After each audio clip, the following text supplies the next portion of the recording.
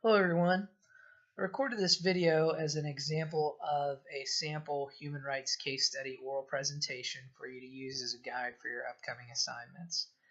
In this video, I've recorded a sample of what your oral presentation could look like, and I stopped throughout the way to give a breakdown on each section with some tips on what it might include, approximately how long it should be.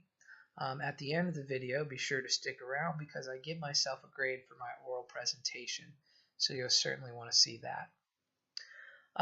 First off, we'll start with the introduction. So just a couple of visual tips for your video. You want to pick a clean, non-distracting background. People watching your video should be focused on you, not on what's going on behind you. It should be a well-lit area, it should be quiet, there shouldn't be any interruptions. In the introduction, you want to give a brief description of the topic. Try to come up with something to grab the viewer's attention. This should take about 15 to 30 seconds.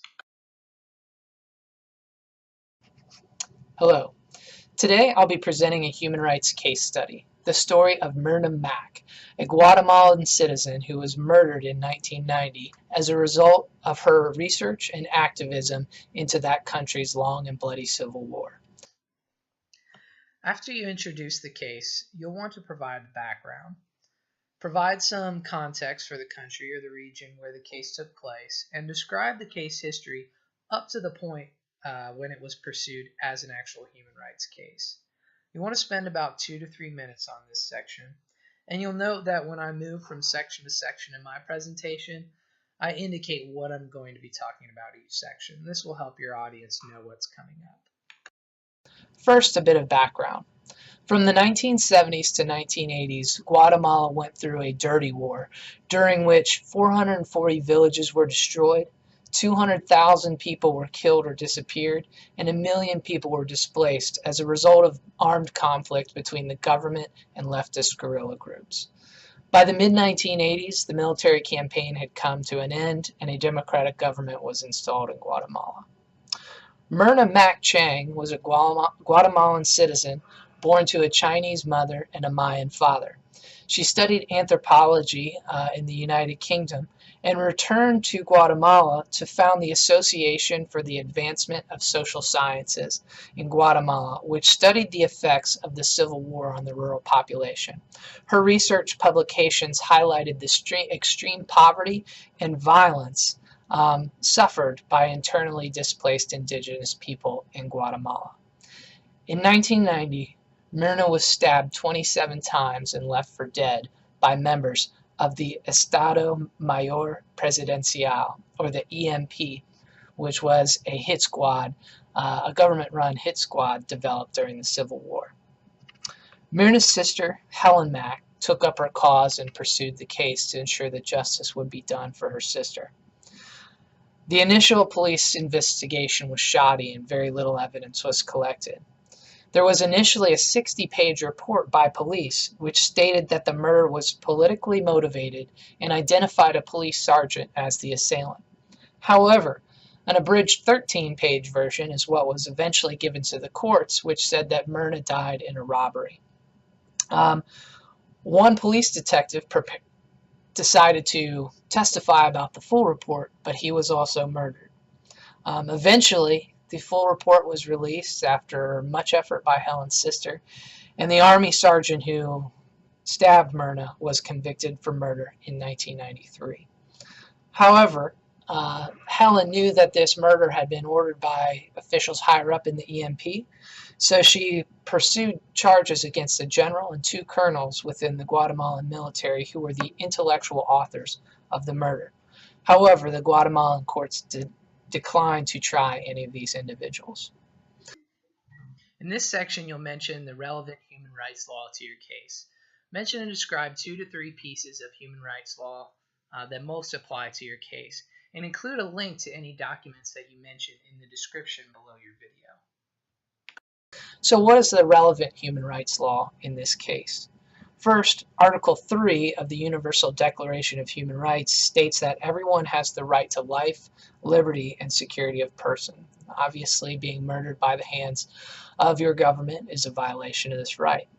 Furthermore, however, Article 8 states that everyone has the right to an effective remedy by the competent national tribunals for acts violating the fundamental rights granted him by the Constitution or by law.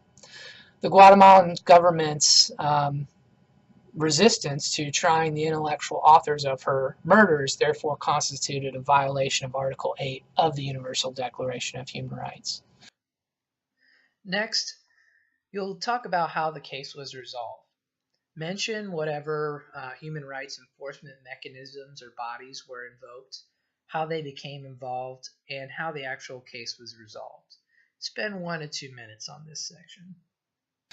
So what were the relevant human rights enforcement mechanisms and how was the case resolved?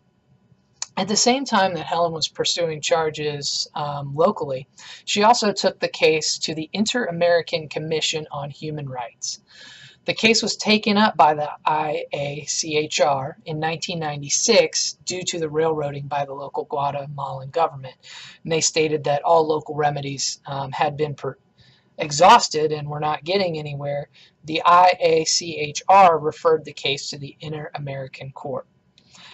The Inter-American Court found in favor of Helen and ordered Guatemala to do several things in their resolution. First, they required the Guatemalan government to admit guilt in the murder of Myrna Mack, to investigate the crime, to train military and police in human rights, to provide reparations to Myrna's next of kin, and to establish a scholarship in Myrna's honor and build a memorial. In 2002, the three officers from the Guatemalan military finally went on trial. One of the colonels was found guilty. The other two figures were acquitted.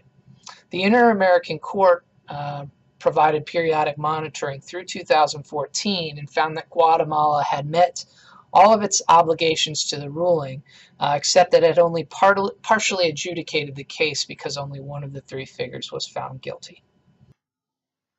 Finally, you'll discuss implications and important questions that arose from the case. When talking about implications, discuss how this case has affected the country or the region, and what implications might this case have on the future of human rights law. Finally, you'll discuss 1 or 2 important questions that this case study raised for you personally. So what are the implications of this case and what are some questions to ponder for the future? First, this case exposed Guatemala's human rights violations and atrocities from their 1970s to 1980s civil war on the national and international stage, and it helped, among many other factors, to lead to government reform and transparency, which are efforts that continue in Guatemala today. Secondly, it set the precedent that states have the institutional responsibility for state actors at any level, so whether that's the federal government or local military officials who are involved in human rights violation. Third, it set a precedent of Inter-American Court jurisdiction over countries who are not adequately filling their responsibilities under Article 8 of the Universal Declaration of Human Rights to provide remedies to violations against their citizens. And finally, it demonstrated that the Inter-American Court is willing to follow up on cases.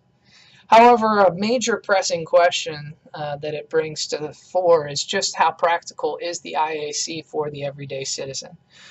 As we can see in this case, Myrna Mack was murdered in 1990, yet her murderers did not go on trial until 2002. Furthermore, Myrna Mack was a highly educated individual, and her sister was highly educated and well-connected also. This gave her the ability to pursue the case that many of the 200,000 Guatemalans who were killed during the Civil War simply did not have. So ultimately, while this case shows promise that the Inter-American Court is an effective human rights enforcement mechanism, there's still much work to be done to ensure that everyday ordinary citizens can receive protection for their basic human rights. Thank you. All right, so how did I do? I'll walk through the grading rubric that I will use to grade your presentations and rate my own performance. First of all, I did successfully upload the video to YouTube, so that's 20 out of 20 points. As far as video quality, I also gave myself 10 out of 10. I'm not looking for an Oscars level production here, but it was a well-lit room with a clean background and the audio was clear and easy to understand. For quality and professional delivery, I gave myself 10 out of 15. A couple of things I could have done to improve was number one, dressing the part a little bit more. It's a professional presentation. I was just wearing a flannel shirt. Suit and tie might have been a little more appropriate.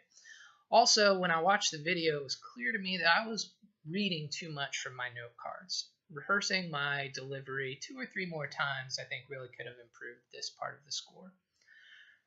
For the link, I did successfully include a link in my description, so that's 5 out of 5. For the introduction, I also gave myself 3 out of 5. Here I think I did okay in introducing the topic and letting people know what I was going to be presenting on, but I didn't really do anything to grab the audience's attention and make them want to watch the rest of the video. For background, relevant human rights law and case resolution, I think I did a pretty good job of covering the facts of the case. I gave myself 9 out of 10 for each of these sections. There's always going to be a little bit of room for improvement here. Finally, with interpretation, I gave myself a 12 out of 15. A couple things I could have done to improve. One would have been to mention a more recent human rights case which cited the Myrna Mac case. That would have been a bit of a bonus. And additionally, while I talked about my pressing question, I could have maybe gone a little bit further in exploring what that question meant to me and how I sort of interpreted it moving forward. So all in all, my grade for this assignment was an 87. A solid B, but if I had made a couple of tweaks, easily could have gotten an A. I really look forward to seeing your final product.